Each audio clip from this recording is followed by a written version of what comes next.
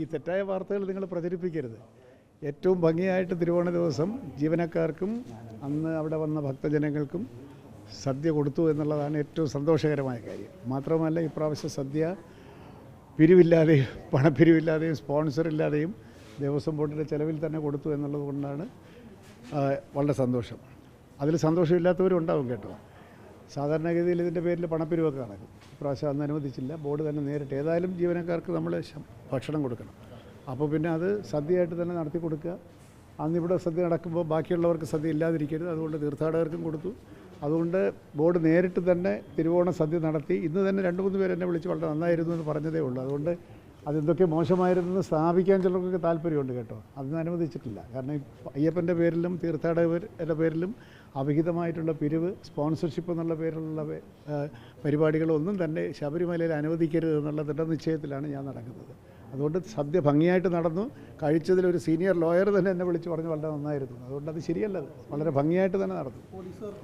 പോലീസുകാർക്കും കൊടുത്തു, ജീവനക്കാർക്ക് കൊടുത്തു, ഭക്തർക്ക് കൊടുത്തു. വേറെ അവിടെ ആരാളുടെ കൊടുത്തു. അത് വെറുതെ പ്രചരിപ്പിക്കുന്ന വാർത്തയാണ്. ഞാനിതിപ്പോൾ ഇങ്ങോട്ട് ഇറങ്ങുന്നതിന് മുമ്പ് ഞാൻ എക്സിക്യൂട്ടീവ് ഓഫീസറെ വിളിച്ച് ചോദിച്ചതേ ഉള്ളൂ. അപ്പോൾ 3000 ഭക്തർ കഴിച്ചിട്ടുണ്ട്.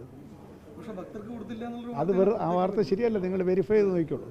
അവിടെയുള്ള പത്രക്കാരോട് തന്നെ ചോദിക്കും, മാധ്യമക്കാരോട് ചോദിക്കും. ഇത് സ്ഥിരമായിട്ട് ഇതിൻ്റെ മേൽ പിരിവ് നടത്തുന്ന ആൾക്കാരുണ്ടായിരുന്നു. അവർക്ക് വലിയ വിഷമമായി, നിരാശയായിപ്പോയി. അവർക്ക് ഇപ്രാവശ്യത്തെ ഓണം നിരാശയുടെ ഓണമായിപ്പോയി. ഇത് മാത്രമല്ല, അവിടെ പല കാര്യങ്ങളിലും പലതരത്തിലുള്ള അവിഹിതമായിട്ടുള്ള പിരിവൊക്കെ നടക്കുക എന്നൊരു ശീലമുണ്ട് അവിടെ. ആ ശീലം വച്ചു പൊറുപ്പിക്കരുത് എന്നുള്ളതാണ് ഇപ്പോൾ ഞങ്ങളുടെ നിർണ്ണയം.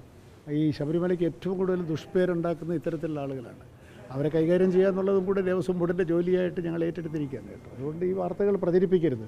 പിന്നെ ഒരു കാര്യമുണ്ട്, ഇപ്പോൾ കൊടിക്കുന്നിൽ സുരേഷ് എന്ന് പറഞ്ഞൊരു കാര്യം കണ്ടു. അതായത് ദേവസ്വം ബോർഡ് സ്ഥാനങ്ങളിലൊന്നും ദളിതനില്ല എന്നുള്ളതാണ് ഈ 5 ദേവസ്വം ബോർഡുകളിലൊന്നും.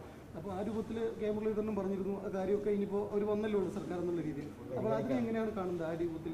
ഞാനത് പ്രത്യേകിച്ച് കാണേണ്ട ഒരു കാര്യമുള്ളൊരു വിഷയമല്ല. അതൊക്കെ ഗവൺമെൻറ്റിൻ്റെ നയപരമായ തീരുമാനമാണ്. ബോർഡിലൊക്കെ ദളിത പ്രാതിനിധ്യമുണ്ട്, ഞങ്ങളുടെ ബോർഡിലുണ്ട്. ഗവൺമെൻറ് പറയേണ്ട ഒരു കാര്യമാണ്. നമുക്കതിനെപ്പറ്റി ഒന്നും പറയാൻ ഞാൻ ആളല്ല. നല്ല കാര്യം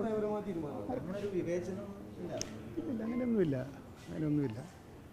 അതൊക്കെ എനിക്കതിനെപ്പറ്റി അഭിപ്രായമില്ല. വേണ്ടത് തന്നെയാണ്, നല്ലത് തന്നെയാണ്. എവിടെയെങ്കിലുമൊക്കെ ഈ അസമത്വങ്ങളുണ്ടെങ്കിൽ അല്ലെങ്കിൽ ഇംബാലൻസ് ഉണ്ടെങ്കിൽ കറക്റ്റ് ചെയ്ത് പോകേണ്ട സിസ്റ്റത്തിൻ്റെ ആവശ്യമാണ്. അല്ലാതെ ഞാൻ ഈ വാർത്ത കണ്ടതുമില്ല കേട്ടോ. അതിനെപ്പറ്റി എൻ്റെ ഒരു അഭിപ്രായത്തിന് വിലയുമില്ല. അത് ഗവൺമെൻറ് ചിന്തിക്കേണ്ട വിഷയമാണ്. ഞാൻ അതിനെപ്പറ്റി ഒരു അഭിപ്രായം പറയേണ്ട ആവശ്യമില്ല. Thank you.